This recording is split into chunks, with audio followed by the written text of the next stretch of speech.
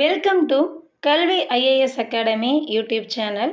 7th February 2024 Tamil current affairs analysis பார்க்க போகிறோம்.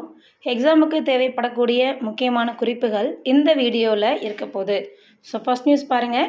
தமிழகத்துக்கு விரைவில் பேரிடர் நிவாரண நிதி. மக்களவையில் மத்திய அரசு தகவல் தெரிவிச்சிருக்கு. தமிழகத்தில் சென்னை மற்றும் தென் மாவட்டங்களில் மழை வெள்ள பாதிப்புகளை தொடர்ந்து நிவாரண நிதி வழங்கப்படும் என மத்திய உள்துறை இணையமைச்சர் தெரிவிச்சிருக்கிறாரு. இந்த நெக்ஸ்ட் நியூஸ் பாருங்கள். கிலோ ரூபாய் 29க்கு பாரத் அரிசி விற்பனை தொடக்கம். இந்த நெக்ஸ்ட் நியூஸ். ஸ்பெயினின் எடிபன் நிறுவனம் தமிழகத்தில் ரூபாய் 540 கோடி முதலீடு செய்ய தயாராக உள்ளது என்று முதல்வர் மு.க. ஸ்டாலின் அவர்கள் தகவல் தெரிவிச்சிருக்கிறாரு. இது குறித்து அவர் கூறியது என்ன அப்படின்னா, ஸ்பெயின் நாட்டில் தொழில்துறை ஜாம்பவான்களான கெஸ்டாம்ப், டால்கோ, எடிபன் ஆகிய நிறுவனங்களின் உயர் நிர்வாகிகளுடன் ஆக்கப்பூர்வமான பேச்சுவார்த்தை மேற்கொள்ளப்பட்டுள்ளது என்று தெரிவிச்சிருக்கிறாரு. இந்த நெக்ஸ்ட் நியூஸ் பார்க்கலாம். எழும்பூர் ரயில் நிலையத்தில் விரைவில் பன்னடுக்கு வாகன நிறுத்தம் என்று ரயில்வே நிர்வாகம் தெரிவிச்சிருக்கிறாங்க. இந்த நெக்ஸ்ட் நியூஸ். வெளிநாட்டினரை கவரும் எழும்பூர் அருங்காட்சியக ஓவியங்கள். அமைச்சர் சாமிநாதன் பெருமிதம். 1851ஆம் ஆண்டு கட்டப்பட்ட இந்தியாவில் உள்ள 2வது பழமையான அருங்காட்சியகம் இந்த அருங்காட்சியகம். சில ஆண்டுகளுக்கு முன்பு இந்த கட்டிடத்தில் மழைநீர் கசிவு ஏற்பட்டதன் காரணமாக ரூபாய் 3,20,00,000 செலவில் தற்போது பழமை மாறாமல் அருங்காட்சியகம் புனரப்பட்டுள்ளது. இந்த நெக்ஸ்ட் நியூஸ் பார்க்கலாம். இந்திய ஆயில் தலைவராக எம். அண்ணாதுரை பொறுப்பேற்பு. Next news. எல்ஐசியின் இன்டெக் பிளஸ் புதிய திட்டம் அறிமுகம். ஸோ இன்டெக் பிளஸ் திட்டம்னா என்னன்னு பாருங்கள். பங்குச்சந்தை சார்ந்த தவணை முறையில் பிரீமியம் செலுத்தும் ஆயில் காப்பீட்டுடன் கூடிய தனிநபர் சேமிப்பு திட்டம் மற்றும் பாலிசி காலம் முழுவதும் ஆயில் காப்பீடு அளிக்கும் திட்டம். அதுதான் இந்த திட்டம். ஓகே. தென் குறைந்தபட்ச பிரீமியம் ரூபாய் 30,000 வருடம் ஒரு முறை செலுத்த வேண்டும். ஸோ இந்த திட்டத்தோட சிறப்பம்சம் கொடுத்துருக்குறாங்க. 90 நாள்களான குழந்தைகள் முதல் 50 வயதானவர்களுக்கு செலுத்தும் பிரீமியத்தின் 7 முதல் 10 மடங்கு வரையிலான அடிப்படை காப்பீட்டு பாதுகாப்பும் 51 வயது முதல் 60 வயதானவர்களுக்கு செலுத்தும் பிரீமியத்தில் 7 மடங்கு அடிப்படை காப்பீட்டு பாதுகாப்பும் கிடைக்கும் அப்படின்னு தெரிவிச்சிருக்கிறாங்க. இந்த நெக்ஸ்ட் ஒன். வேலையின்மையும் விலைவாசி உயர்வும்னு ஒரு ஆர்டிக்கிள் இருக்குது. அதில் கொடுத்துருக்கிற தகவல் பார்க்கலாம். மக்கள் தொகையில் இந்தியா உலகில் முதலிடத்தை பிடித்து விட்டது. நாட்டின் வளர்ச்சிக்கு மக்கள் தொகை பெருக்கம் உறுதுணையாக இருக்கும் என்றாலும் வேலைவாய்ப்பின்மை நிலவும் சூழ்நிலையில் அதுவே சுமையாகவும் மாறிவிடும். மக்கள் தொகைக்கு ஏற்ப வேலைவாய்ப்புகள் உருவாக்கப்பட வேண்டும் என்று தெரிவிக்கப்பட்டுள்ளது. இந்த நெக்ஸ்ட் நியூஸ். புதிய தேர்தல் ஆணையரை தேர்வு செய்ய இன்று கூடுகிறது பிரதமர் தலைமையிலான குழு. The next one.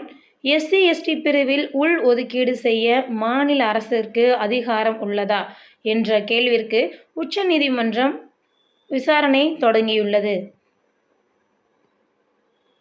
The next news பாருங்கள்.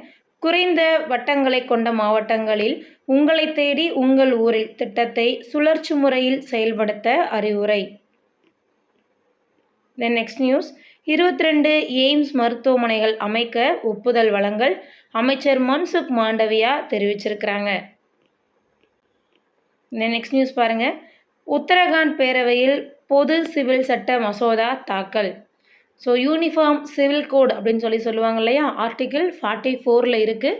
DPSP directive principles of state policy, அதுதான் இந்த ஆர்டிகிள் 44 பற்றி பேசக்கூடியது. முதல்ல ஆர்டிகிள் 44 அதாவது யூனிஃபார்ம் சிவில் கோட் எங்கே கொண்டு வந்தாங்க அப்படின்னா கோவாவில் கொண்டு வந்தாங்க. ஸோ தற்போது பார்த்திங்கன்னா உத்தரகாண்ட் பேரவையில் இது குறித்த தகவல்கள் வந்திருக்கு. தற்போது மசோதாவால் பல்வேறு முக்கிய அம்சங்கள் இடம்பெற்றிருக்கு. என்னென்னு பாருங்கள். First one. பழங்குடியினருக்கு விலக்கு. உத்தரகாண்ட் முழுமைக்கும் வேறு மாநிலங்களில் தங்கியுள்ள உத்தரகாண்ட் மாநில மக்களுக்கும் இந்த சட்டம் பொருந்தும். அரசமைப்பின்படி பாரம்பரிய உரிமைகள் பாதுகாக்கப்பட வேண்டிய பட்டியலின பழங்குடிகளுக்கு பொது சிவில் சட்டம் பொருந்தாது என மசோதாவில் தெரிவிக்கப்பட்டிருக்கு. அதே மாதிரி பார்த்திங்கன்னா பலதார திருமணத்திற்கும் தடை விதிக்கப்பட்டிருக்கு. மறுமணம், விவாகரத்து குறித்த பொது விதிகளை மசோதா கொண்டிருக்கு. லிவ்-இன் உறவு பதிவு கட்டாயம். திருமணங்களைப் போன்று லிவ்-இன் உறவில் இருக்க விரும்புவோரும் அரசிடம் பதிவு செய்து கொள்வது கட்டாயமாக இருக்கிறது.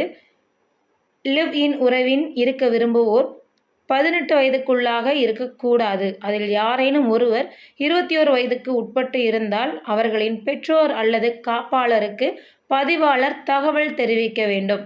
தங்களின் லிவ்-இன் உறவை 1 மாதத்துக்குள் பதிவு செய்ய தவறுவோருக்கு 1 மாத சிறை தண்டனை அல்லது ரூ.10,000 அபராதம் அல்லது இரண்டும் விதிக்கப்படும். இது எல்லாமே இந்த பொது சிவில் சட்ட மசோதாவில் இருக்கிற அம்சங்கள். நெக்ஸ்ட் ஒன் பார்க்கலாம். 1000வது ஒருநாள் கிரிக்கெட், ஆஸ்திரேலியா அசத்தல் வெற்றி. Next news. U19 உலகக்கோப்பை இறுதி ஆட்டத்தில் இந்தியா. நெக்ஸ்ட் நியூஸ் பாருங்க. எரிவாயு துறையில் ரூ.5.5 லட்சம் கோடி முதலீடு, பிரதமர் மோடி உறுதி. கத்தாரிடமிருந்து மேலும் 20 ஆண்டுகளுக்கு எரிவாயு இறக்குமதி ஒப்பந்தம் கையொப்பமாகியுள்ளது. கத்தாரிலிருந்து ஆண்டுக்கு 75 லட்சம் டன் என்ற அளவில் மேலும் 20 ஆண்டுகளுக்கு LNG திரவ இயற்கை எரிவாயு இறக்குமதி செய்வதற்காக 78 பில்லியன் அமெரிக்க டாலர் மதிப்பிலான ஒப்பந்தத்தை இந்தியா மேற்கொண்டுள்ளது.